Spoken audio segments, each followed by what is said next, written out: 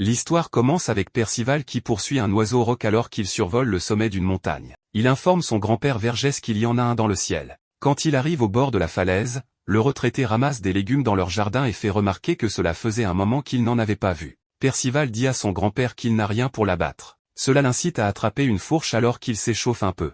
Son petit-fils l'informe que leur proie va s'échapper. Le vieil homme lance l'ustensile agricole qui empale l'oiseau dans le ciel. Percival a la bonne idée de sauter de la falaise et de s'accrocher à l'oiseau mourant. Il manque son coup et chute avec la proie du haut de la montagne. Vergès se précipite frénétiquement pour les attraper mais il est trop lent. Le garçon n'est pas manchot, il s'accroche à l'oiseau tout en réussissant à s'accrocher à une roche. Il retourne sur la terre ferme et il rentre à l'intérieur pour le dépecer. On donne à Percival l'honneur de l'écorcher et de le couper en morceaux. Son grand-père est impressionné par sa compétence à découper la viande. Les deux cuisinent un morceau de la créature et Percival est impatient d'en manger. Le gars prend une partie et son grand-père en fait de même. Vergès lui demande comment il trouve le repas, alors Percival dit qu'il est trop bon. Plus tard, un seau sous la tête de l'oiseau de roche disparaît. Plus tard, Percival s'entraîne avec son grand-père, le but étant de plaquer le vieil homme. Le jeune taureau fonce et crée une ouverture pour pousser le dos de Vergès, mais il absorbe l'élan de Percival. Le vieil homme ramasse ensuite le garçon et le jette, mettant fin au combat. Le jeune garçon se tourne et se retourne, frustré d'avoir perdu à nouveau. Son grand-père lui redonne confiance quand il admet que c'était un échange serré et qu'il a dû lutter sérieusement pour arrêter son élan. Cela rend Percival heureux et il danse autour de Vergès. Le grand-père s'excuse car il doit aller dans la grotte pour laver leur vaisselle. Ce faisant, il se remémore à quel point son petit-fils était un bébé pas si longtemps auparavant. Il est choqué par la vitesse de croissance du garçon. En pensant à Percival, il se rappelle quelque chose d'important, alors il arrête de faire la vaisselle et se précipite hors de la grotte. Une fois rentré, il ne trouve pas Percival à l'intérieur. Mais il trouve son petit-fils en train d'uriner à l'arrière et lui rappelle que c'est son anniversaire le lendemain. Vergès tombe au sol, choqué, lorsque Percival demande quel âge il va avoir. Son grand-père lui dit qu'il aura 16 ans. Cela fera officiellement de lui un adulte. Percival est ravi car il pense qu'il peut maintenant prendre de l'alcool avec son grand-père à l'avenir. Mais il refuse cette idée en disant que l'enfant est encore trop jeune. Cela lui enlève toute excitation. Le jour suivant, Vergès l'emmène au sommet d'une falaise. Le grand-père reconnaît officiellement son nouvel âge et lui demande s'il veut quitter le pic du doigt divin pour partir à la grande aventure à travers le monde. Il est abasourdi d'entendre Percival exprimer son désintérêt. Vergès raconte passionnément à son petit-fils qu'à 16 ans, son désir de voyager l'a poussé à quitter sa terre natale. Le vieil homme est perplexe que son petit-fils ne soit pas le même. Percival explique qu'il s'amuse tous les jours donc il n'a pas le désir de chercher l'aventure. Vergès essaie d'attiser la curiosité en lui montrant la structure brumeuse qu'il voit parfois au-delà des nuages. Le gamin sait déjà que c'est le temple céleste. Son grand-père ajoute qu'il a été créé par la race déesse connue sous le nom de Céleste. Il est censé flotter dans les airs mais Percival est sûr que Vergès l'a déjà vu auparavant. Mais Vergès dit au garçon qu'il ne sait pas voler. Son grand-père continue ses tentatives pour allumer une étincelle en décrivant la vaste terre sous le pic du doigt divin appelé Britannia, qui regorge d'aventures passionnantes et de mystères. Par exemple, il y a un chevalier qui navigue avec son navire mystique dans les cieux. Il y a des grottes qui mènent en enfer, une forêt labyrinthique impossible à fuir, et bien plus encore. Vergès est choqué de voir que ses contes n'ont pas enflammé sa poitrine car Percival est plus intéressé à attraper des poissons célestes pour le dîner. Cette nuit-là, il profite de leur prise et Vergès commence à délirer sous la teneur en alcool de la boisson. Il dit au garçon que son père était si impatient de partir à l'aventure qu'il a foncé hors de la porte au moment où il a eu 16 ans. Percival demande comment son père est mort, ce qui pousse son grand-père à changer de sujet. Maintenant, il veut savoir si Percival ne se sent pas ennuyé et isolé de vivre si haut. L'enfant l'assure qu'il ne l'est pas parce que son grand-père est là avec lui. Après le repas, Vergès continue à boire et commence à prononcer un vieux credo que Percival termine car il l'entend toujours quand son grand-père est ivre. Il s'agit d'écraser le mal et de sauver les faibles. Vergès est surpris qu'il l'ait mémorisé. Son petit-fils se tourne et promet de le protéger quoi qu'il arrive. Vergès est ému par ces paroles mais le cache en disant qu'il n'est pas encore assez vieux pour avoir besoin de sa protection.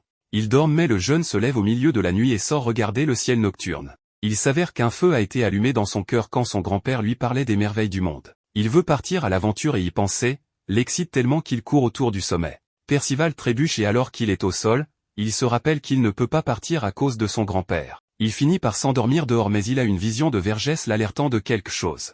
Il se lève et l'endroit est maintenant brumeux. Un grincement attire son attention et bientôt le chevalier qui navigue avec son navire dans les cieux apparaît devant lui. Ironside amarre le bateau au bord du pic et parle à lui-même de la façon dont il a détecté le pouvoir de Vergès quand il a abattu l'oiseau de roche car c'était son familier. Cela explique le sceau qui a disparu de la tête de l'oiseau. Le vieux gars vit si loin et cela a du sens maintenant pourquoi il a ratissé les terres sans jamais le trouver. Percival est juste excité que le chevalier dont parlait son grand-père existe. Ironside le salue et demande à propos de Vergès. Il est étonné d'apprendre que le garçon est son petit-fils. Il dit au garçon qu'il est un vieil ami de l'époque où ils étaient chevaliers sacrés. Ils se sont séparés il y a 16 ans mais Ironside est revenu parce qu'il a des affaires avec lui. Percival souligne que leur maison est derrière la colline et ajoute même qu'il prépare probablement le petit déjeuner maintenant. Le garçon est plus excité d'examiner le bateau alors Ironside lui permet. Intérieurement, il appelle Vergès un homme cruel pour avoir caché la vérité à Percival tout en l'élevant. À ce moment-là, Percival ressent quelque chose de bizarre mais il laisse passer, plus intéressé à inspecter le navire. Il se demande comment il flotte et même saute dessus et commence à pagayer en espérant qu'il bougera mais il est déçu quand il ne bouge pas. Il suppose qu'il faut être un chevalier sacré pour l'utiliser mais il ignore ce qu'est un chevalier sacré. L'attention de Percival se tourne à nouveau vers Ironside car il le trouve effrayant. Il pose la pagaie et court vers la maison en réalisant que cet étranger pourrait avoir des intentions sinistres. Pendant ce temps, Vergès coupe des légumes en se plaignant que Percival se sauve au petit matin. Il s'arrête, choqué, quand il entend Ironside commenter comment il utilise l'épée que le roi lui a donnée comme couteau de cuisine. Ces mots sont suivis d'une attaque qui est bloquée mais elle envoie le vieil homme s'écraser dans la maison. L'intrus avoue qu'il cherche Vergès parce qu'il y a 16 ans, il a trahi leur maître et s'est enfui. L'idée qu'il puisse vivre de manière paisible ne lui avait jamais traversé l'esprit. Vergès déclare que c'était eux les traîtres, raison pour laquelle il a coupé les ponts avec eux. Il se remet rapidement et attaque Ironside, menant à un échange de haut niveau. L'intrus prend le dessus et inflige une blessure en forme de croix à l'estomac de Vergès avec sa magie. Percival arrive à ce moment-là et lui dit d'arrêter. Ironside tire sur la falaise et dit au garçon qu'il y a un ordre dans toute chose donc il devrait attendre son tour. Percival attrape l'une des pierres qui tombe, puis il saute de la falaise et la jette sur le chevalier en exigeant qu'il s'éloigne de son grand-père. Il détruit le premier projectile mais le garçon atterrit et ramasse rapidement un plus gros et le lance. Ironside remarque le manque de discipline de Percival alors qu'il est sur le point de l'achever, mais Vergès intercepte. Il dit à son petit-fils de courir mais le garçon refuse de partir. Ironside est d'accord avec ça car il n'a pas l'intention de laisser l'un ou l'autre s'échapper. Il lance son sort qui entaille Vergès partout sur son corps. Des gouttes de sang sont même projetées sur le visage de Percival. Le vieil homme tombe au sol et comme le garçon se tient là sous le choc, Ironside lui dit de blâmer son grand-père pour cette situation. Il frappe le garçon avec une puissante attaque en croix qui pénètre même dans la falaise derrière lui. Percival titube mais tient toujours bon et donne un coup de poing mais il est faible à cause des dégâts qu'il vient de subir. Ironside botte sauvagement le garçon. Vergès veut savoir pourquoi il le ciblerait après tant d'années. Le chevalier révèle que quelques jours auparavant, on leur a donné une prophétie sinistre selon laquelle un groupe appelé les 4 cavaliers de l'Apocalypse conduirait leur chef, le roi Arthur, à sa perte. Ils ne savent rien sur eux pour le moment, donc ils ont décidé d'éradiquer quiconque a le potentiel d'en faire partie. Peu importe à quel point Vergès est tombé, il aurait pu y avoir une chance qu'il en soit membre. Le grand-père se demande pourquoi le chevalier a également descendu Percival. Le grand-père se demande s'il n'a aucune compassion puisqu'il laisse Percival. Ironside révèle que toutes ses actions sont pour servir une plus grande cause. Vergès s'excuse auprès de son petit-fils alors qu'il essaie de s'asseoir mais il est choqué de voir le gamin debout. Le garçon pleure et s'excuse aussi de ne pas avoir pu faire quoi que ce soit pour le protéger. Vergès le corrige et l'informe que c'est lui qui était censé le protéger dans ce cas. Il prend son petit-fils dans ses bras et lui dit qu'il doit trouver quelqu'un qui sera précieux pour lui et en qui il pourra avoir confiance. C'est la personne qu'il devra protéger pendant qu'ils traversent la vie ensemble. Percival a l'impression que c'est la punition de Dieu parce qu'il a menti. Il avoue qu'il voulait partir à l'aventure. Vergès révèle qu'il a menti aussi et s'allonge. Il n'arrive pas à croire que le gamin marche avec cette blessure. Il l'assure que ce n'est rien puisqu'il s'est entraîné tous les jours. Vergès révèle que le chevalier en armure rouge est son père. Il s'excuse d'avoir dit ce mensonge mais il a ses raisons. Percival ne le croit pas car il ne peut pas imaginer pourquoi son père ferait une chose si terrible. Le vieil homme n'a pas assez de temps pour expliquer, alors il lui conseille de chercher Ironside et de lui demander. Il dit à Percival qu'il doit se préparer pour un voyage mais le garçon ne veut pas partir seul. Avec le peu de force qui lui reste, il tapote la tête de son petit-fils en l'assurant qu'il sera toujours avec lui et que Percival est son espoir. Sa main retombe alors que la vie quitte son corps. Après cela, il guérit, enterre son grand-père et vit quelque temps seul alors qu'il nettoie l'endroit. Il trouve une boîte en bois qui contient un nouvel ensemble de vêtements.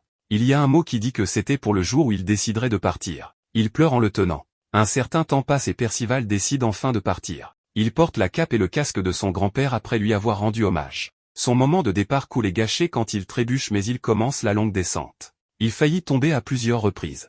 Il célèbre quand il voit enfin les terres en dessous mais devient trop excité et tombe. Il atterrit sur un oiseau de roche mais celui-ci le jette. Percival promet de tous les manger pour cette transgression. Un arbre freine sa chute quand il touche terre pour la première fois. Son attention est attirée vers une créature avec un collier. Percival fixe l'animal, perplexe, n'ayant jamais vu une créature comme celle-ci sur le doigt de Dieu. Il ajuste son casque et se présente, tout en expliquant comment il a mis 2 jours pour descendre. Il demande au renard s'il connaît des endroits où vivent des gens comme lui. Percival n'a entendu parler que de villages et de villes dans les histoires racontées par son grand-père. La créature penche la tête en signe de confusion. Le garçon suppose qu'elle ne le comprend pas et la suit alors qu'elle s'éloigne lentement. Il tente de faire la conversation sur le fait que leur rencontre pourrait être le fruit du destin et lui demande s'ils veulent devenir amis.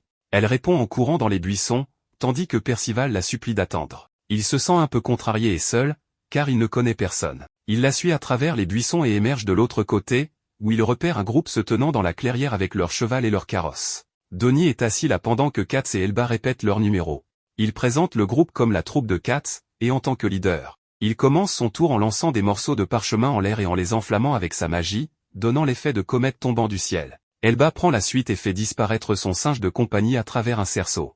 Katz se tourne vers leur artiste vedette, s'attendant à ce qu'il suive, mais Donnie n'a pas bougé d'un pouce. Le leader le réprimande pour ne pas prendre la pratique au sérieux. Il ne voit pas l'intérêt de le faire si personne ne regarde. Elba explique que c'est tout l'intérêt de la pratique. Percival interrompt leur dispute en applaudissant, impressionné par ce qu'il vient de voir. La troupe est déconcertée par sa présence, alors qu'il saute partout en voulant en voir plus. Elba se demande s'il est un enfant du coin, car il se trouve au milieu de nulle part. Donnie se lève pour informer Percival que ce n'est pas un spectacle gratuit et lui ordonne de payer. Elba le met en garde de ne pas le menacer simplement parce qu'il est tombé sur eux en train de s'entraîner. L'artiste vedette explique qu'ils utiliseront l'argent pour acheter de la nourriture. Percival le regarde, perplexe, car il ne connaît pas le concept de payer les choses en raison de son isolement. Donnie s'énerve quand il lui demande ce que signifie « payer », alors il demande simplement au garçon de lui remettre son sac. Celui-ci est choqué, mais il lui donne sans protester. La transaction étant terminée, Donnie promet de lui montrer son numéro. Donnie tire son épée et se met en position. Peu de temps après, Percival commence à flotter dans les airs, tournant autour, émerveillé de savoir comment c'est possible. Lorsqu'il se retourne pour les regarder à nouveau, la troupe s'est déjà échappée sur la route, et Elba réprimande Donnie pour son comportement. Il rationalise cela en disant qu'il enseigne une leçon aux garçons sur le fonctionnement du monde. Il assure à ses collègues que les effets de sa magie s'estomperont bientôt. Elba ne pense pas que ce soit une bonne idée de laisser le garçon ainsi. Katz ne pense pas qu'il ait des compagnons, et ils essaient de convaincre Donnie de faire demi-tour. Percival redescend et les dépasse dans sa tentative de rattraper la troupe, qui s'arrête et reste immobile, choqué par le tour qu'il vient d'effectuer. Il lui demande ce qui vient de se passer. Percival revient à leur hauteur, incitant Donnie à s'excuser en lui remettant son sac. Le garçon informe la troupe qu'il cherche quelqu'un et demande des conseils sur la façon de procéder. Ils sont tous surpris qu'il ne soit pas en colère contre Donnie pour son manège. Katz veut connaître le nom de la personne en question. Percival prononce le nom d'Ironside. Le leader veut savoir si cette personne est une connaissance du garçon, ce qui déclenche un flashback de l'attaque dévastatrice. Percival révèle qu'Ironside est son père, qui a tué son grand-père. Les artistes sont stupéfaits d'entendre cela. Katz commente que cela ne semble pas être une histoire agréable et conclut que c'est une quête de vengeance. Percival n'est pas sûr de ce qu'il doit en penser, c'est pourquoi il veut rencontrer et interroger directement Ironside sur ses motivations. Mais pour l'instant, il veut le battre pour sa transgression. La troupe lui dit qu'ils n'ont jamais entendu parler d'une telle personne. Le leader suggère qu'ils se rendent au village pour recueillir plus d'informations. Percival s'enthousiasme à l'idée de voir des gens et des maisons pour la première fois. Katz lui propose de le conduire au village, car il s'y rend déjà. Donnie n'est pas disposé à l'emmener gratuitement et demande s'il a un tour de magie à présenter. Percival veut impressionner en montrant ses compétences en tir à l'arc. Il essaie de tirer sur la pomme devant lui, mais ses compétences sont tellement médiocres qu'il frôle de près Donnie, qui se tient derrière lui. Ce dernier crie sur le garçon pour l'avoir presque touché. Cela amuse Katz, qui décide de l'emmener gratuitement. Il explique que leur troupe gagne sa vie en voyageant à travers les villages de Britannia pour donner des spectacles. Percival leur dit que leur performance était incroyable, car elle ressemblait à de la magie. Donnie est surpris qu'ils trouvent leur tour de magie si incroyable. Il pense que ce serait mieux s'ils n'avaient pas à compter sur ces tours de magie pour gagner de l'argent. Katz révèle que le rêve de rejoindre les chevaliers sacrés a été anéanti parce qu'ils n'étaient pas assez forts en magie. Percival révèle que son père et son grand-père étaient des chevaliers sacrés, mais il ne sait pas de quel pays ils venaient, car il ne sait pas ce qu'est un chevalier sacré. Donnie ne veut pas entendre parler des chevaliers sacrés, car ses blessures sont encore fraîches. Leur conversation est interrompue lorsque des villageois les rencontrent en panique et les informent que le village est attaqué par un loup. Donnie les assure qu'un loup n'en vaut pas la peine et propose de chasser l'animal, car ils sont compétents. Avant que le groupe puisse accepter, il pousse le cheval au galop. Il explique qu'en chassant la menace, ils obtiendront de la nourriture et un logement gratuit en récompense. Ils arrivent pour trouver un loup monstrueux détruisant le toit d'une maison pour tenter d'y pénétrer. Donnie réalise qu'il est dépassé et fait demi-tour pour alerter les chevaliers sacrés de la situation. Elba s'inquiète pour les personnes à l'intérieur de la maison, mais il lui dit qu'il n'y a rien qu'il puisse faire pour elle. Percival saute du carrosse en mouvement et explique que son grand-père lui a toujours dit de combattre le mal et d'aider les faibles. Il ne veut pas revivre l'agonie de voir quelqu'un mourir et refuse de laisser quiconque le vivre non plus. Il ordonne au loup de s'arrêter en le menaçant de le cuisiner dans une marmite. Il tire quelques flèches, mais elles manquent toutes leurs cibles et reviennent le frapper sur le casque, le clouant au sol. Le loup riposte avec une patte, et Donnie reçoit l'attaque en essayant de sauver Percival. L'homme est revenu car le discours l'a galvanisé. Le loup attaque à nouveau, mais Percival le bloque d'une main, choquant tout le monde. Il suit cela d'une gifle qui met fin à la créature. Les villageois apprécient la gifle et sont stupéfaits qu'il ait réussi à battre le monstre. Le loup était un familier d'un chevalier, et lorsque le sceau disparaît, le renard regarde la scène depuis une colline voisine. Percival sourit alors que les habitants de la maison montrent leur soulagement d'être en sécurité. Cependant, Pellegarde observe les événements à travers un cristal magique. Il est impressionné que Percival ait vaincu son familier et décide de lui rendre visite au village. Les habitants se demandent si c'est un mauvais présage, car ils n'avaient jamais vu un loup aussi gros auparavant. Quelqu'un fait remarquer qu'il y a des rumeurs de monstres cauchemardesques apparaissant dans d'autres villages. Kat soigne la blessure au dos de Donnie, tandis qu'Elba emmène Percival se baigner au lac. Elle remarque ses cicatrices et essaie de le réconforter en notant que la blessure n'est pas encore refermée, bien qu'il soit encore un enfant. Elle remarque à quel point il se comporte de manière mature pour son âge. Il se souvient de son grand-père disant la même chose. Elle commence à le nettoyer, alors que les villageois lui organisent une fête de bienvenue pour l'avoir sauvé. Percival voit en Donnie un bon gars, car il est prêt à se sacrifier pour quelqu'un qu'il vient de rencontrer. Elba pense que c'est probablement à cause de l'influence des actions de Percival et croit qu'il n'a jamais abandonné son rêve de devenir un chevalier sacré. Ces guerriers possèdent une magie puissante, contrairement à la troupe des Cat Street, qui n'a pas une magie assez puissante pour devenir des chevaliers sacrés. Elba pense que le garçon pourrait avoir ce qu'il faut pour devenir un chevalier sacré, étant donné sa volonté de combattre le monstre pour un étranger malgré le danger. Après leur discussion, ils se rhabillent et se rendent à la fête où ils trinquent en l'honneur de Percival. Il n'en revient pas à quel point le jus est délicieux. Donnie aurait préféré quelque chose de plus fort. Percival est surpris que Donnie soit majeur. Elba explique qu'il a 16 ans, tout comme elle. Percival révèle qu'ils ont tous le même âge. Elba recrache le jus, choqué et embarrassé d'avoir pris un bain avec lui en pensant qu'il était un enfant. Le garçon qui l'a sauvé vient le remercier officiellement. Percival interroge les villageois au sujet d'Ironside, mais aucun n'en a entendu parler. Il devient frustré de ne pas avancer dans sa recherche, et Elba tente de le calmer. Soudain, Pellegarde apparaît en flottant sur un bouclier, affirmant qu'il connaît Ironside. Tout le monde est choqué par sa présence. Le chevalier noir est surpris de voir le fils d'Ironside, car selon les rapports, ils auraient dû être éliminés. Il suppose simplement qu'Ironside se soucie de son fils, mais il espère que Vergès est parti. Percival commence à s'agiter quand il entend le nom de son grand-père. Kat s'intervient pour dire à Pellegarde de s'excuser auprès du garçon. Le leader se rapproche de Pellegarde, mais se fait gifler pour avoir été sur son chemin. Percival demande à Pellegarde comment il connaît son père et son grand-père. Le chevalier noir révèle qu'il est un collègue du grand-père et du père de Percival, et le garçon exige de savoir où se trouve Ironside. Pellegarde aime le fait qu'il puisse se tenir devant lui sans avoir peur. Percival lui donne 5 secondes pour qu'il lui réponde. Alors qu'il fait le décompte des secondes, le chevalier affirme qu'il aime les hommes forts. Voyant la tournure que prend les choses, les habitants courent se mettre à l'abri. Percival en a assez et attaque le chevalier noir. Celui-ci est surpris que le garçon ait la force de le repousser un peu malgré son armure lourde. Il enchaîne avec une série de coups, mais ils ne font pas beaucoup de dégâts.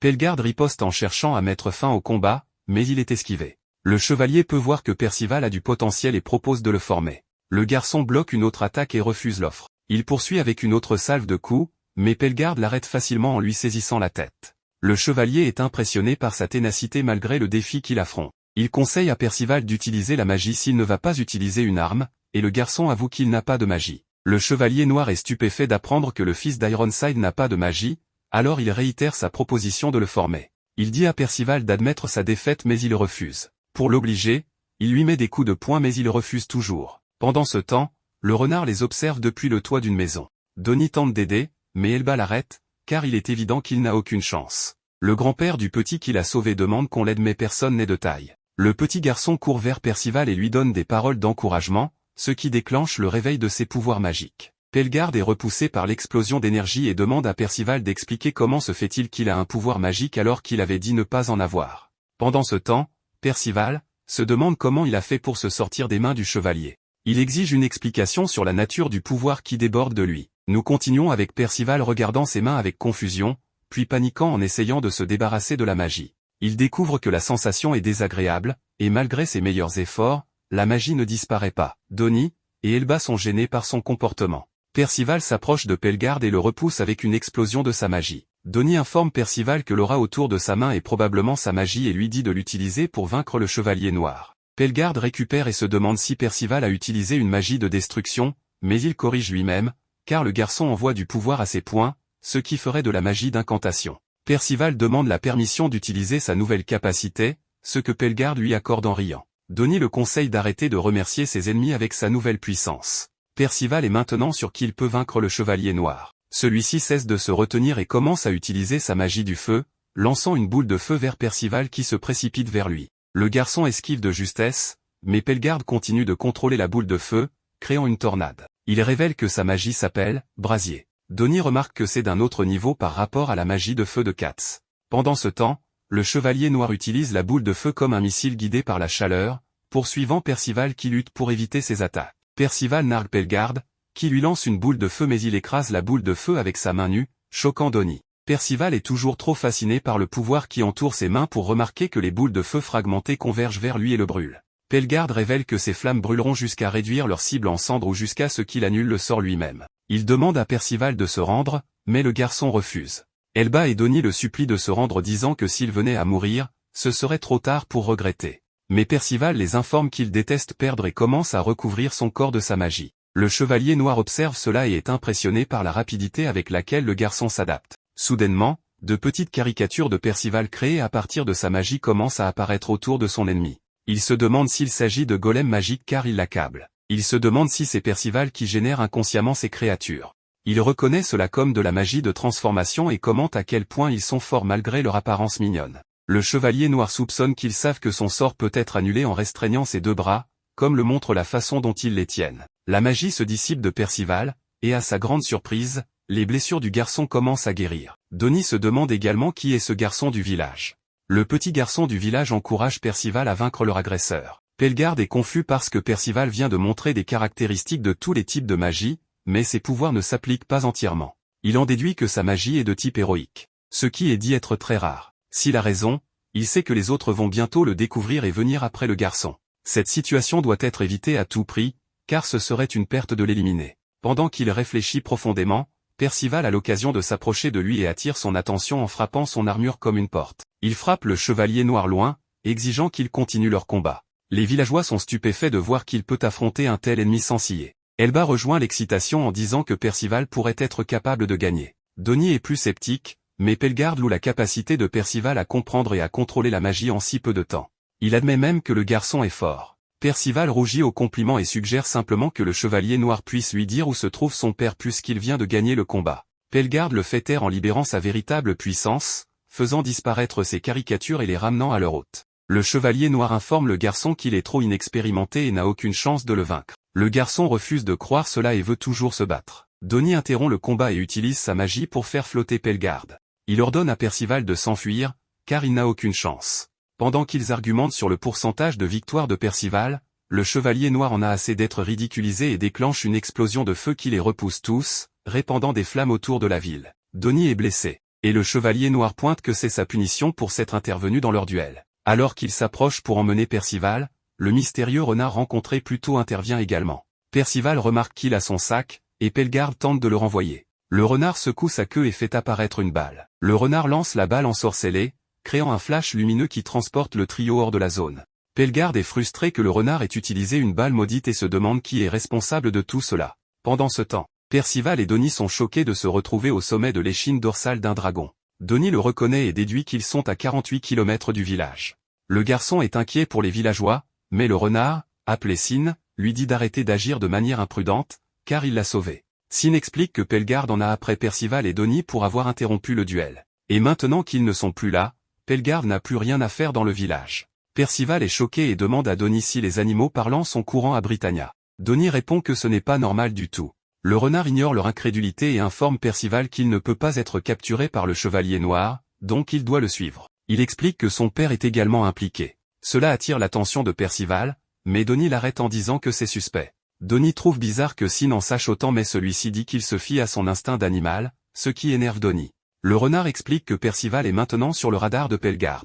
Le Chevalier Noir sert un roi maléfique et fait partie d'un groupe qui cible les 4 chevaliers de l'Apocalypse. Donnie n'a jamais entendu parler des chevaliers de l'Apocalypse et Sin dit que c'est normal car ils n'existent pas encore. Ce sont des chevaliers prophétisés pour apparaître dans un futur proche. Le renard révèle travailler pour une organisation qui s'oppose au groupe de Pelgard, et il est heureux d'avoir enfin trouvé l'un des 4 chevaliers. Percival veut savoir à quoi il ressemble. Le renard explique qu'il porte les titres de la famine, de la peste, de la guerre et de la mort. Chacun des 4 chevaliers saints porte un fléau qui peut dévaster le monde. Le message fout les jetons à Donnie qui n'arrive plus à parler. Donnie déduit alors que si Pelgard s'intéresse à Percival, c'est qu'il doit être un chevalier, ce que le renard confirme. Pelgard se retourne vers le QG où certains de ses collègues sont assis. L'oracle les informe qu'il y a des détails importants supplémentaires concernant la prophétie, ce qui augmentera leur chance de trouver les 4 chevaliers. Pelgard l'interrompt brièvement avant de prendre place à côté de Ironside, disant qu'il a été retenu ailleurs. L'oracle commence en révélant que leurs cibles sont tous de jeunes garçons probablement apprentis chevaliers saints.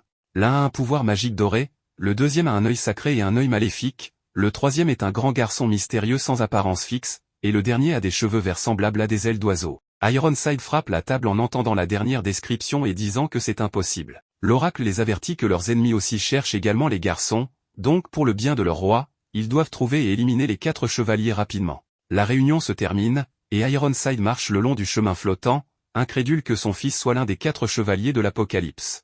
Il dit que s'il avait su que Percival était un des chevaliers, il aurait dû s'assurer qu'il était mort quand il les a attaqués. Pelgard apparaît derrière lui en disant qu'il pensait qu'Ironside a laissé son fils en vie à cause de son attachement émotionnel. Le chevalier noir est surpris d'apprendre que le célèbre assassin a échoué à éliminer son fils. Il confirme que Percival est vivant et informe même le père de leur combat. Pelgard dit qu'il le soupçonnait d'être l'un des chevaliers de la prophétie. Ironside espère juste qu'il l'a tué, mais le chevalier noir pense que ce serait une perte. Il dit que le garçon a du cran et un grand potentiel de croissance. Il suggère d'en faire un allié et de le former. Cette idée énerve Ironside, qui lance une attaque que Pelgard bloque facilement. Le père lui rappelle que le garçon est une menace non seulement pour le roi Arthur, mais pour le monde entier. Entre-temps, Percival est choqué par la révélation et ne croit pas qu'il va aider à détruire le monde. Le renard le rassure que la prophétie est à 100% précise. Percival souligne le fait qu'il n'est pas un chevalier saint, et il compte partir à l'aventure à travers Britannia après avoir vaincu son père. Le renard l'informe qu'il a seulement été ordonné de le trouver et de le ramener,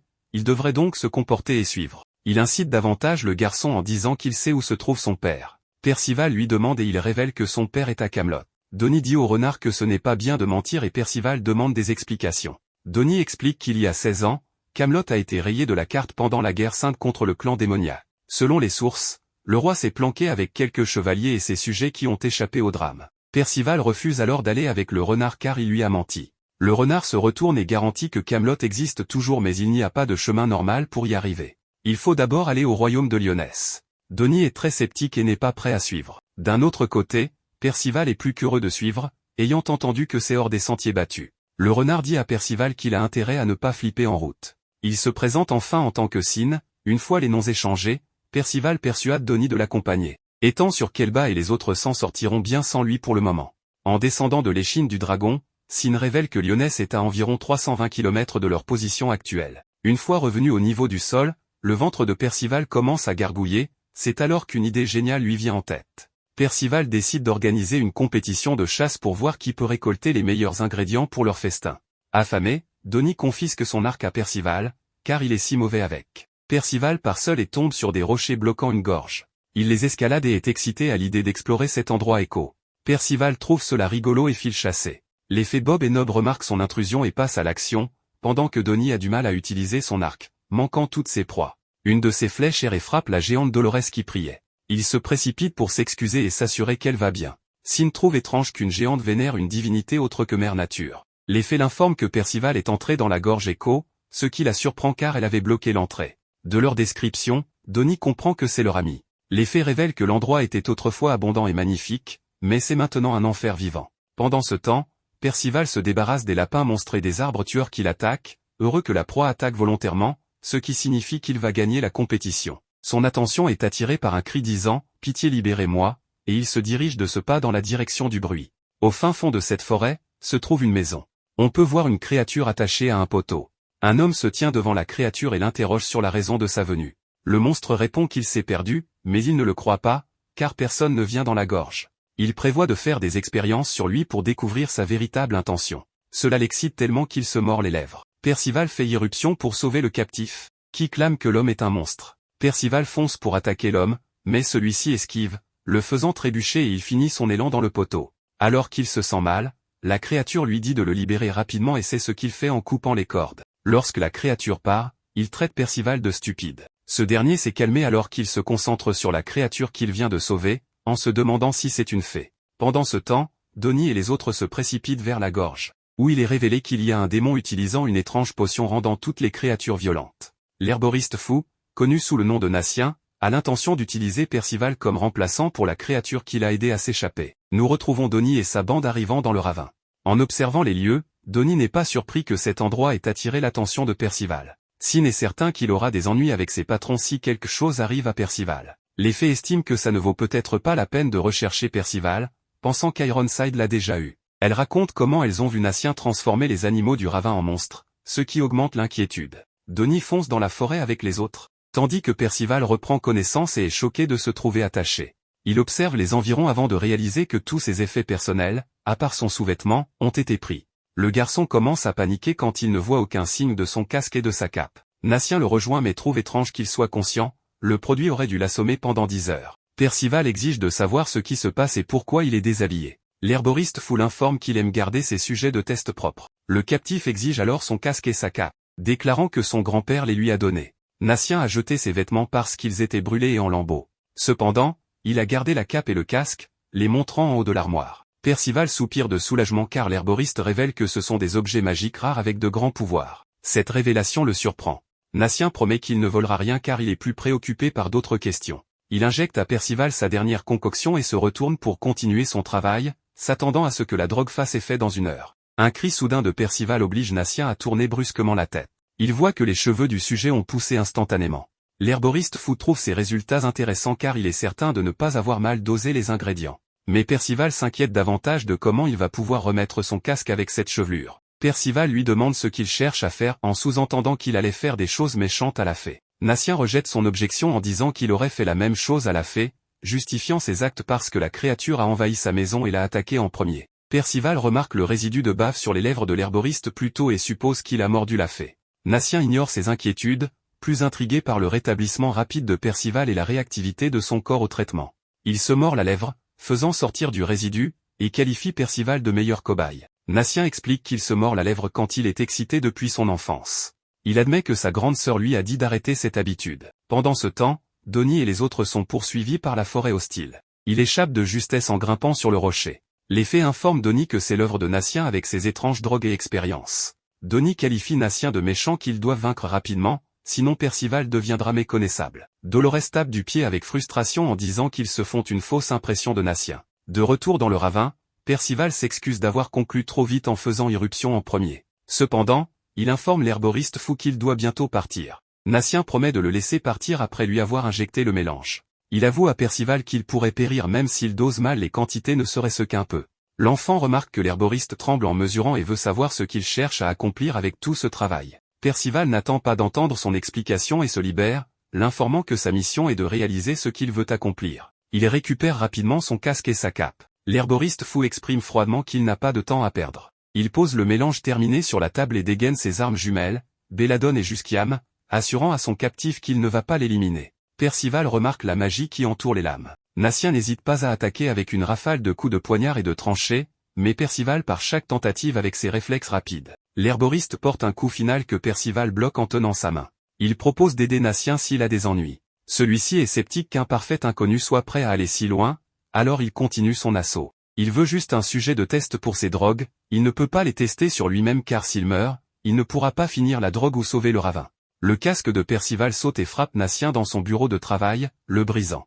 Il fait tomber la drogue terminée mais Percival la récupère. L'herboriste le supplie de la lui rendre, mais le garçon l'aboie. Percival fait une grimace comme s'il était la star d'une publicité pour une boisson avant de s'évanouir. Il se plaint de l'amertume et crie de douleur lorsque la drogue agit dans son système. Nassien commence à penser qu'il s'est trompé dans la formule et dit à Percival de recracher le médicament. Son cri se transforme soudain en euphorie alors qu'il commente la montée de puissance qu'il ressent dans tout son corps. Il court dans le laboratoire et s'envole en criant dans le ravin.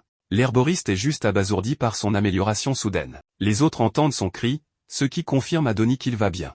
Nassien le rejoint dehors, voulant savoir pourquoi il a pris un tel risque. Percival lui dit que bien qu'il ne connaissait pas tous les détails, Il est prêt à aider le ravin à se rétablir. L'herboriste confirme que la drogue est clairement un succès et se présente officiellement, révélant que grâce aux efforts de Percival, il peut sauver le ravin. Nassien boit le dernier peu de la drogue et s'évanouit juste au moment où Donnie et les autres arrivent. Donnie est choqué de voir que les cheveux de l'enfant ont empoussé. Percival explique que Nassien essayait de sauver le ravin comme il le pouvait. Les fées refusent de le croire puisqu'elles ont vu les effets de ces drogues et qu'il n'y avait rien de bienfaisant. Leur attention se tourne vers lui quand elles l'entendent marmonner le nom d'Ordo. Les fées révèlent qu'Ordo est un vieux chimiste qui a vécu dans le ravin. Sa présence est antérieure à Dolores et Nassien. Il avait d'excellentes relations avec les créatures du ravin, leur offrant ses services pour soigner les blessés. Ils avaient trouvé une Dolores perdue, un géant, et l'avaient autorisé à rester indéfiniment. Ils avaient tous aidé Ordo dans son travail jusqu'au jour où il est tombé sur un bébé abandonné qui a grandi pour devenir Nassien. Le chimiste lui a tout appris dès son plus jeune âge. Il est révélé qu'un jour, Ordo a tout simplement disparu du ravin et depuis, Nassien a commencé ses étranges expériences. Pendant ce temps, dans le hall de la falaise du ravin, la fée que Percival a sauvée veut détruire la forêt rapidement avant que Nassien ne la sauve. Il appelle Ordo et de l'énergie de géant d'un brouillard toxique. De retour à la résidence, l'herboriste reprend conscience. Il titube, impatient de répandre la drogue dans le ravin car l'endroit se décompose de plus en plus rapidement depuis quelques jours. Les fées commencent à lui jeter des pierres, prétendant qu'il a l'intention de détruire le ravin. Dolores les informe qu'ils ont tort mais ils refusent de la croire parce qu'ils l'ont tous vu expérimenter sur les créatures, les rendant hostiles. Ils pensent même qu'Ordo est parti parce qu'il a réalisé que Nassien était une mauvaise personne. Il l'appelle un enfant démoniaque tout en essayant de l'expulser du ravin. Percival arrête avec style les pierres restantes de frapper leur cible. Il leur crie de la fermer, tout en leur balançant les pierres. Il leur dit que Nassien faisait une drogue pour sauver le ravin. Donnie intervient et attire l'attention de tous vers le brouillard violet qui engloutit le reste de la forêt. Il commence à décomposer les arbres et à causer des dommages à la faune. L'herboriste le contrarie rapidement en créant plus de la drogue, expliquant que lorsqu'il ingère un poison, il apprend à son corps à le reproduire. Il ordonne à tous de se couvrir la bouche pendant qu'il déchaîne un fin brouillard pluvieux dans la forêt. Les petites gouttelettes se répandent à travers le ravin, restaurant les arbres morts tout en ranimant les animaux en voie de disparition. Sin soupçonne que le brouillard et le remède pourraient se propager plus rapidement à cause du vent qui souffle dans le trou du canyon. Dolores est ravie de voir l'endroit revenir à son apogée. Percival est confus qu'il ait juste appelé la substance de guérison un poison. L'herboriste explique que pour guérir les malades ou les blessés, il faut tout connaître des poisons. Il leur dit que les créatures et les herbes toxiques, ainsi que les minéraux mortels, peuvent tous être appelés médicaments lorsqu'ils sont formulés correctement. C'est quelque chose que son grand-père adoptif Ordo a toujours dit. Percival espère qu'il sera réuni avec son grand-père. Avec les choses un peu plus calmes, Percival a les cheveux coupés et ramenés à la normale par Donnie, et reçoit un des vieux vêtements de Nassien par Dolores. Les fées supplient Nassien de les pardonner puisqu'elles pensaient que c'était ces drogues qui avaient rendu le ravin hostile. Il avoue que les créatures se transformant en monstres étaient des effets secondaires de ces médicaments, mais il avait toujours promis de les ramener à la normale à la fin. Les fées se demandent ce qui a bien pu causer l'hostilité du lieu au départ. Il n'est pas sûr, mais il est convaincu que quelque chose a commencé à ronger la force vitale de la forêt une fois Ordo disparu. Il dit à tout le monde de ne pas s'excuser auprès de lui, mais de remercier Percival pour sa volonté d'aider alors qu'il aurait facilement pu perdre la vie si le mélange était mauvais. Les créatures vont vers le garçon et le remercient d'avoir sauvé le ravin.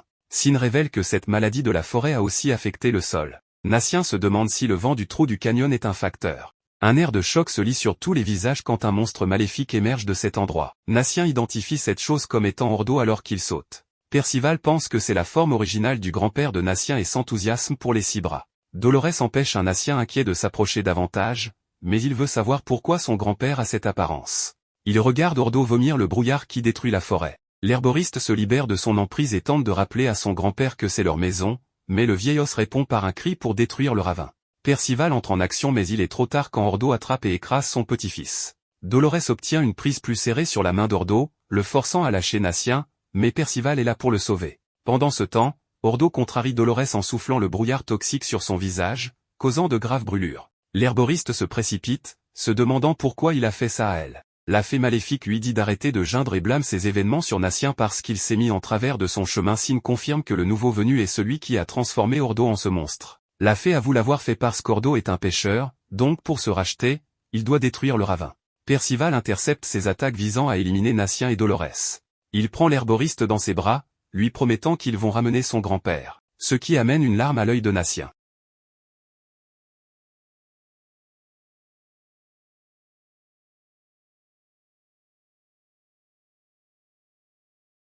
Après, Nassien demande à Percival comment il va procéder pour libérer son grand-père. C'est alors que Sin, le renard prend la parole et explique qu'il suffit de détruire celui qui a transformé le grand-père de Natien en cette chose désolante. Le méchant fait se moque d'eux pour ne pas avoir profité de l'occasion de quitter la vallée alors qu'ils en avaient l'occasion et ordonne aux monstres de les attaquer une fois de plus. Cependant, tout à coup, le méchant fée est frappé par une flèche dans la tête, le tuant. Percival et Natien sont surpris car ils ne savent pas qui a tiré la flèche. Après que le fée ait été tué, le monstre s'arrête de bouger et tombe par terre. C'est alors qu'il voit un guerrier volant apparaître au-dessus d'eux.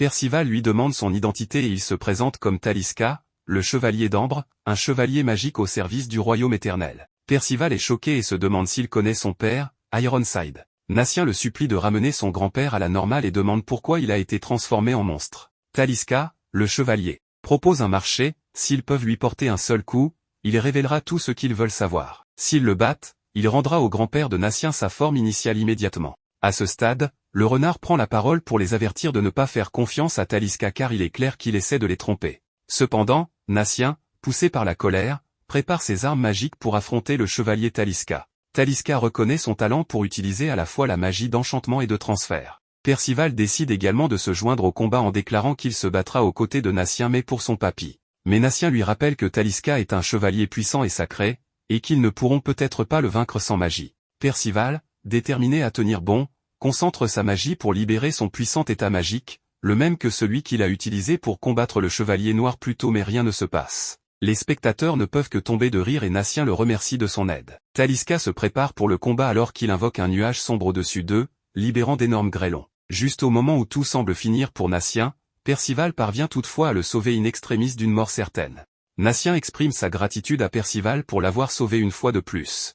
Taliska ordonne au monstre géant d'attaquer Natien et il délivre un coup puissant, faisant tomber Natien au sol. Taliska demande ensuite au monstre de l'achever. Percival intervient au dernier moment en utilisant sa tête pour protéger Natien.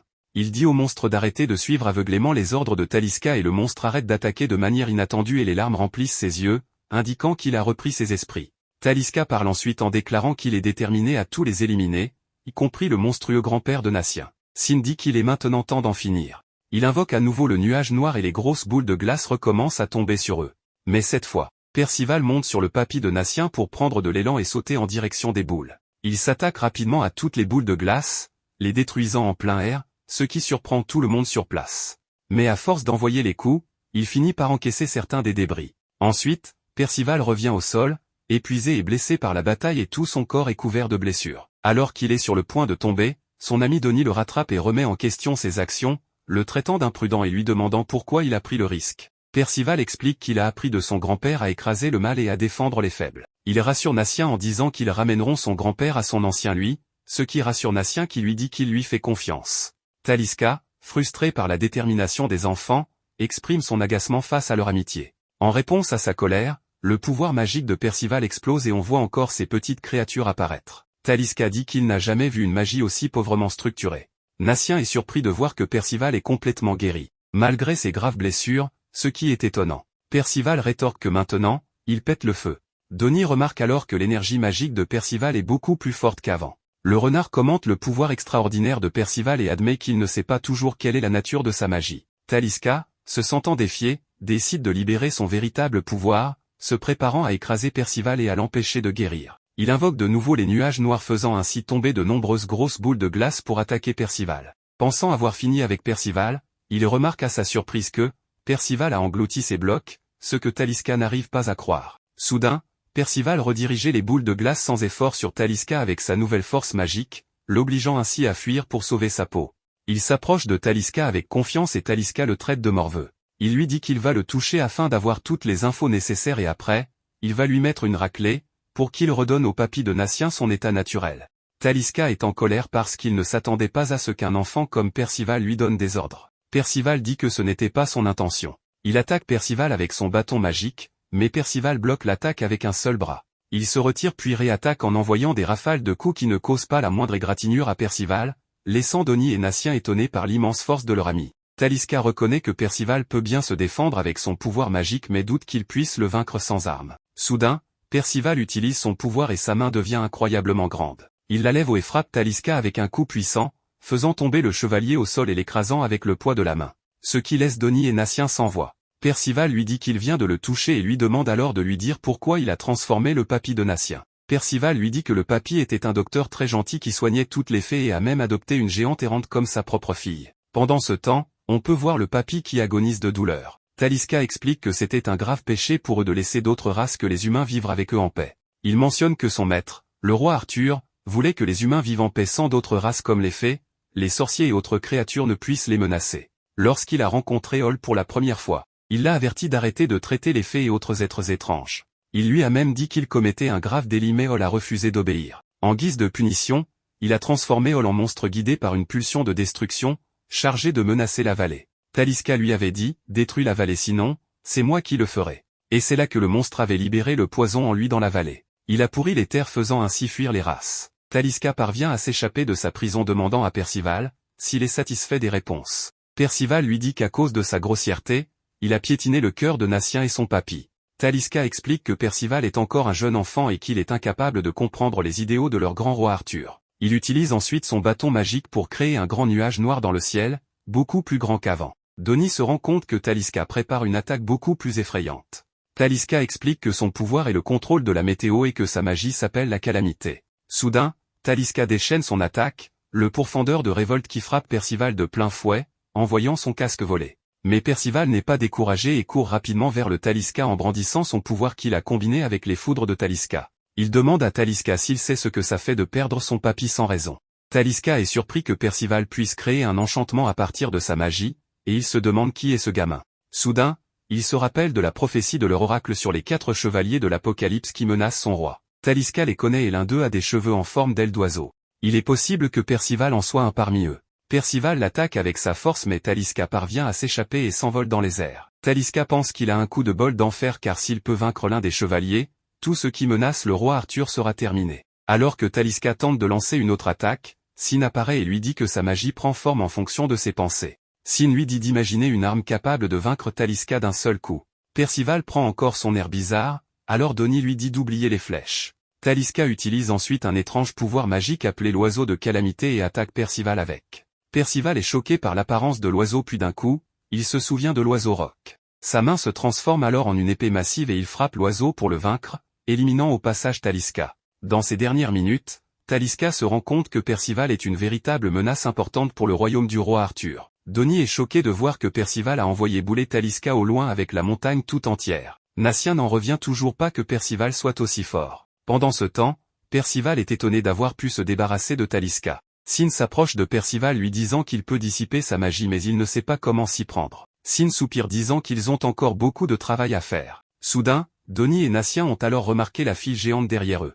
Natien est très content de la voir alors que Donnie flippe grave, pensant qu'elle est une zombie géante mais Natien le recadre rapidement. Donnie déclare qu'il pensait qu'elle était morte alors Sin leur dit que c'est le heavy metal. Il explique que les géants ont une magie singulière propre à eux et qui les protège en transformant leur corps en métal. Le renard les informe que Dolores a réussi à couvrir son corps avec du très lourd métal avant que le monstre ne répand le poison sur elle. Compte tenu de son temps de réaction, Sin indique que Dolores a été bien entraînée. Dolores s'excuse ensuite auprès de Natien pour l'avoir inquiété mais il lui dit que ce n'est rien tant qu'elle est en vie. Malgré tout leur effort, ils n'ont pas réussi à sauver Hall, le papy de Natien. C'est ainsi que Natien se rappelle que son papy disait qu'il voulait faire de la vallée un coffre à médicaments de Britannia.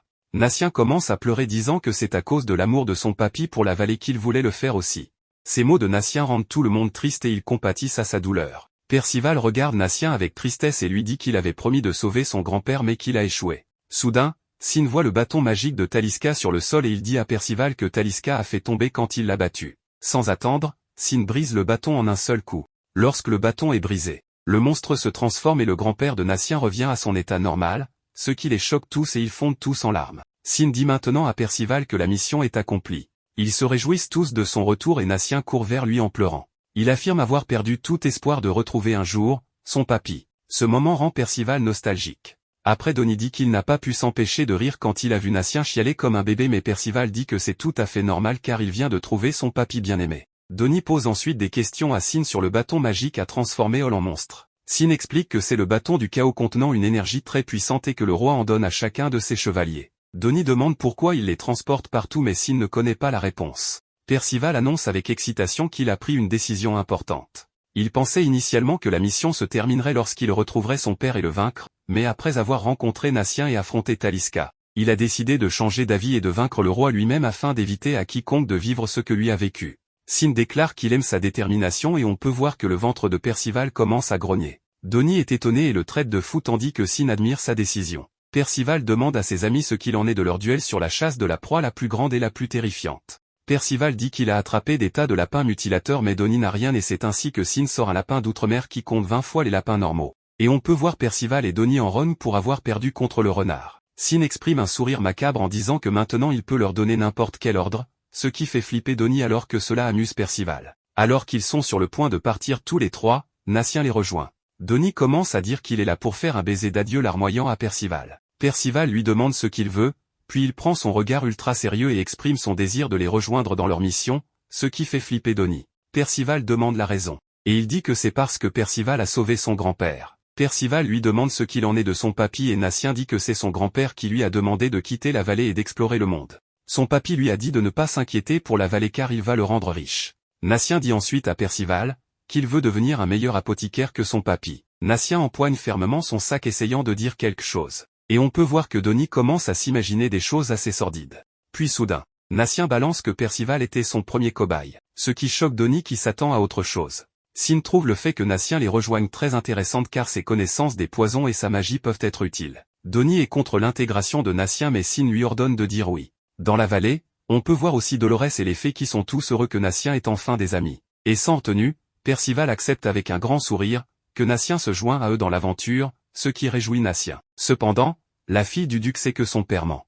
Au même moment, Ironside parle de la fille et reconnaît qu'elle est très belle. Ironside le remercie pour l'invitation à participer à l'événement de ce soir, mais exprime son intérêt à connaître l'avancée des recherches dont il a précédemment informé le duc, qui sont supposées se trouver dans cette ville. Le duc Caldan répond en déclarant qu'ils ont intensifié les recherches dans la ville mais qu'ils n'ont rien trouvé jusqu'à présent. Il promet de poursuivre les recherches jusqu'à ce qu'il trouve ce qu'Ironside cherche. Ironside le remercie et jure au nom de sa majesté du roi de sauver la ville de tout mal. Cependant, la fille du duc sait que son père ment. Au même moment, Ironside parle de la fille et reconnaît qu'elle est très belle. Il lui dit ensuite qu'il espère qu'elle acceptera son fils à son arrivée et le traitera bien.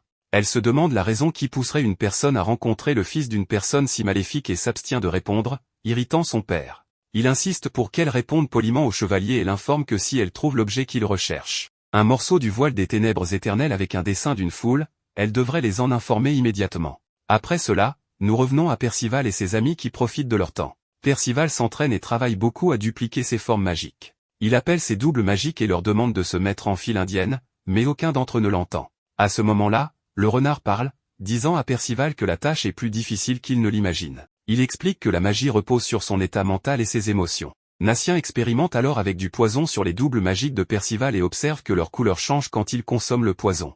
Au même moment, Sin interroge Percival sur l'arme qu'il a matérialisée pour tuer Taliska. Percival s'approche de son sac pour le leur montrer à tous.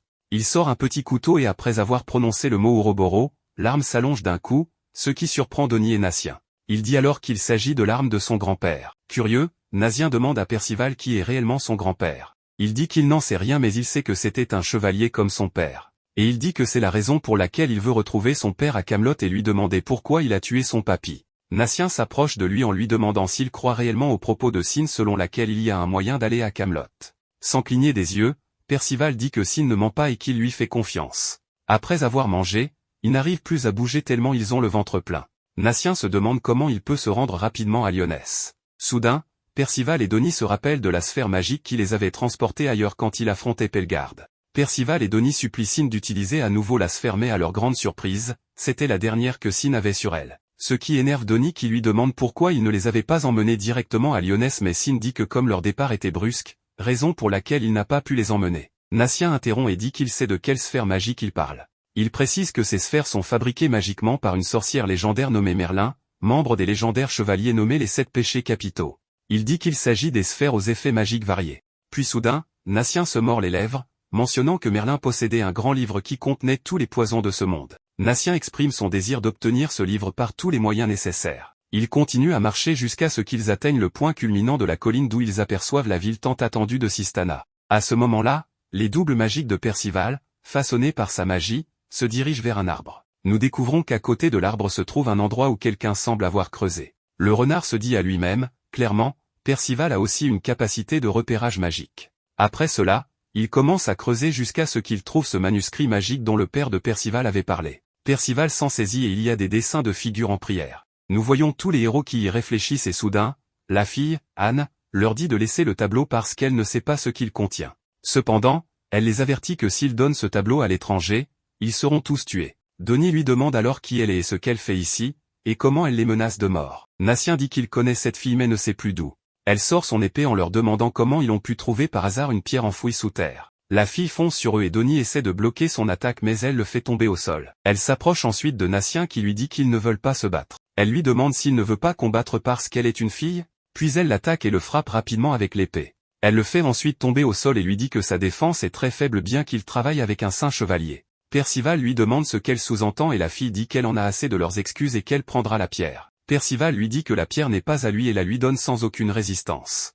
Anne prend la pierre, regarde Natien et Donnie, et se parle à elle-même en les traitant d'escrocs mais, en regardant Percival, elle sent qu'il est une bonne personne. De petites copies de Percival apparaissent alors et il lui dit que ce sont eux qui ont trouvé la pierre. Le renard prend la parole et lui demande qui elle est, et ce qu'elle entendait par le saint chevalier. La fille est très surprise de voir un renard parlant. Un serviteur du palais arrive et dit à Anne que l'événement est très proche et que son père est très en colère à cause de son absence. Elle donne rapidement la pierre à Percival en lui demandant de la cacher sous sa cape et de ne la donner à personne dans la ville, surtout pas à Ironside. Percival est choqué quand il entend ce nom. Alors qu'elle se prépare à partir avec le serviteur, elle fait signe à Percival et le met en garde de ne parler à personne de la pierre. Donnie décrit alors la fille comme un tourbillon et Natien confirme ses paroles, déclarant qu'elle est très rapide et exceptionnellement douée dans l'utilisation de l'épée. La scène passe ensuite dans une chambre où Natien les informe que la fille est la fille du seigneur de la ville. Il la voyait quand il venait ici auparavant avec Ordo dans la ville. Donnie demande à propos de la pierre et Sin lui dit que c'est un morceau du voile des ténèbres éternelles,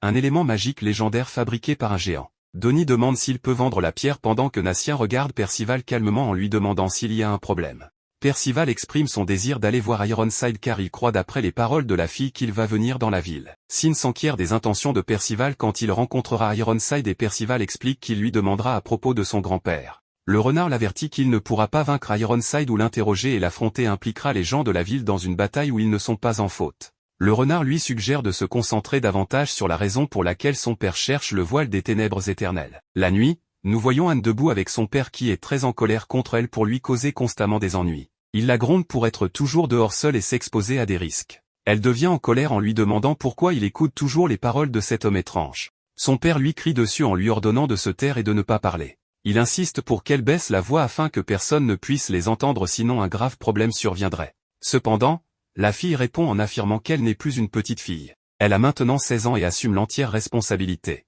Elle déclare qu'un jour, elle deviendra un saint chevalier invincible et protégera la ville de toute menace interne ou externe. Elle dit qu'elle protégera mieux la ville plus qu'Ironside en comparant ses actions à celles d'un chien. À ce moment-là, son père devient extrêmement en colère, la giflant avec force, son visage rougissant sous l'intensité du coup.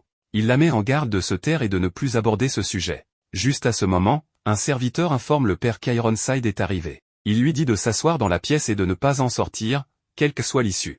La scène passe à Ironside qui s'adresse aux gens, expliquant le grand danger auquel la ville est confrontée. Il les assure qu'il a apporté un message pour le peuple et procède à partager le plan pour défendre la ville. De retour à Percival qui observe depuis le toit d'une clôture, il est satisfait de voir son père. Percival veut foncer direct sur Ironside mais Sin le stoppe. Ironside remercie les habitants de s'être réunis tout en les informant de la menace qui pèse sur eux et comment y remédier. Ce qui provoque une panique chez la population. Puis ensuite, dans une mallette, il dévoile le morceau manquant du voile des ténèbres éternelles. Donnie trouve que cela correspond à ce que Anne a remis à Percival. Percival discute ensuite de ces étranges rituels avec le renard et de ce qui se passera s'ils sont accomplis. Sin informe que cet élément a été créé pour sceller le clan des démons. Donnie exprime sa surprise puisque le clan des démons a disparu il y a plus de 16 ans.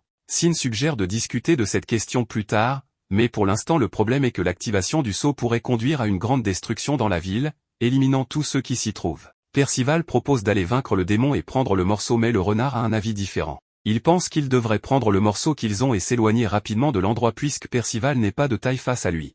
D'un autre côté, voler le morceau qu'ils ont serait extrêmement difficile. Le voile des ténèbres éternelles doit s'intégrer entièrement à travers des rituels spéciaux pour commencer à fonctionner, ils doivent donc s'échapper rapidement et cacher cette partie hors de vue. Nous voyons ensuite Ironside qui s'adresse aux gens, expliquant que le voile des ténèbres éternelles est un élément fabriqué pour d'anciens rituels impliquant des démons et de grands dragons. Il demande leur aide pour trouver le morceau manquant. Le gouverneur parle, déclarant que s'il trouve le morceau manquant et complète le voile des ténèbres éternelles, Ironside sera capable d'accomplir les rituels pour protéger le village de tout danger. Un villageois demande de quel type de menace Ironside parlait. Ironside explique que le danger est la prophétie des 4 chevaliers. Ces 4 chevaliers sont prédits pour détruire le monde et le royaume de Lyonesse cherche à les rassembler pour effacer Britannia de la carte, ce qui surprend les habitants. À ce moment-là, Anne apparaît, mettant en garde les villageois de ne pas être trompés par les paroles du chevalier maléfique. Cependant, son père devient furieux, l'accusant d'être insensé de faire de telles allégations contre un chevalier royal. Mais elle prétend qu'elle peut dire si une personne ment ou non en utilisant son pouvoir magique caché. Le chevalier maléfique l'attrape par la main, menaçant de la tuer si elle ne cesse de parler. Son père implore son pardon, promettant qu'elle ne le fera plus. Témoin de cela à distance, Percival et ses amis décident de partir rapidement. Alors qu'ils commencent à s'en aller, Percival bondit vers Anne pour la secourir, à la stupéfaction de tous. Ironside est surpris de voir Percival vivant et en bonne santé. Il demande à Percival s'il est venu venger son grand-père. Cependant, au lieu de l'attaquer, Percival prend la main d'Anne et ils s'enfuient tous les deux. Ironside essaie de les neutraliser avec son attaque mais Percival parvient à s'échapper. Le duc parle, exprimant son refus de permettre à Ironside de tuer sa fille unique malgré tout. Ironside justifie que celle-ci aurait été un sacrifice pour une grande cause. Pendant ce temps, Donnie et ses amis essaient de s'échapper et atteignent la maison où ils séjournaient pour récupérer le morceau qu'ils avaient. Donnie mentionne que Percival sera probablement tué et qu'ils ne pourront pas le rattraper avant. Le renard le rassure que Percival tiendra jusqu'à ce qu'il revienne le sauver et qu'ensuite, ils pourront s'échapper ensemble. Cependant, quand ils atteignent la maison, ils trouvent la domestique qui sort avec le morceau. Sin lui ordonne d'attendre mais elle se transforme en dragon et s'envole avec le morceau. Ils découvrent qu'elle était une espionne travaillant avec Sir Ironside, chargée de les surveiller, lui et Percival. Percival arrive avec Anne et ils sont surpris de le trouver encore en vie. Ils s'enquièrent du morceau manquant mais apprennent qu'il a été volé par l'entité semblable à un dragon. Percival demande ce qu'ils devraient faire maintenant. Sin répond qu'ils doivent faire de leur mieux pour rattraper Ironside avant qu'il ne tue les habitants pour obtenir le sang nécessaire pour compléter les rituels restants. La seule solution est de détruire le voile des ténèbres éternelles ou de voler un morceau pour assurer la victoire sur Ironside. Pendant ce temps, le dragon rapporte le morceau à Ironside. Le duc tente de l'arrêter mais le monstre l'envoie valser pendant que Ironside recolle les morceaux. Percival est d'accord et exprime sa volonté de faire n'importe quoi pour vaincre le meurtrier de son grand-père. Le renard demande à Percival s'il est prêt à jouer le jeu, ce qu'il accepte bien évidemment. Donnie explique que c'est chose courante avec Percival. Les ennuis semblent le suivre partout où il va. Nassien offre alors de l'accompagner pour sauver la ville, le reconnaissant comme son meilleur cobaye. Anne, la fille du duc de la ville, se joint à eux, affirmant son devoir de protéger la cité. Sin le renard les conseille de se dépêcher car Ironside a déjà commencé les rituels. La chose la plus cruciale est de l'arrêter par tous les moyens. Sin les exhorte à se préparer à tous les scénarios et les assure qu'il restera pour les informer de tout développement. Sin les met en garde de ne pas penser à combattre Ironside car il est bien plus puissant. Alors qu'ils se mettent en route, Anne commence à douter des intentions du renard Sin. Sin les rassure en insistant sur l'urgence d'arrêter Ironside. Pendant qu'ils sont en chemin, Donnie demande à Percival quelle était sa motivation pour sauver la fille. Percival prétend que son corps a bougé tout seul. La fille dit qu'il n'avait pas demandé son aide mais elle apprécie quand même qu'il soit venu le secourir, ce qui réjouit Percival. Anne demande à Percival comment il connaît Ironside et il répond qu'il a tué son grand-père. Anne révèle qu'Ironside voulait la marier à son fils et elle ajoute qu'elle est sûre que son fils est aussi ignoble que lui. À ce moment, Ironside commence à activer les rituels et on peut voir des ombres qui s'échappent en direction des habitants de la ville.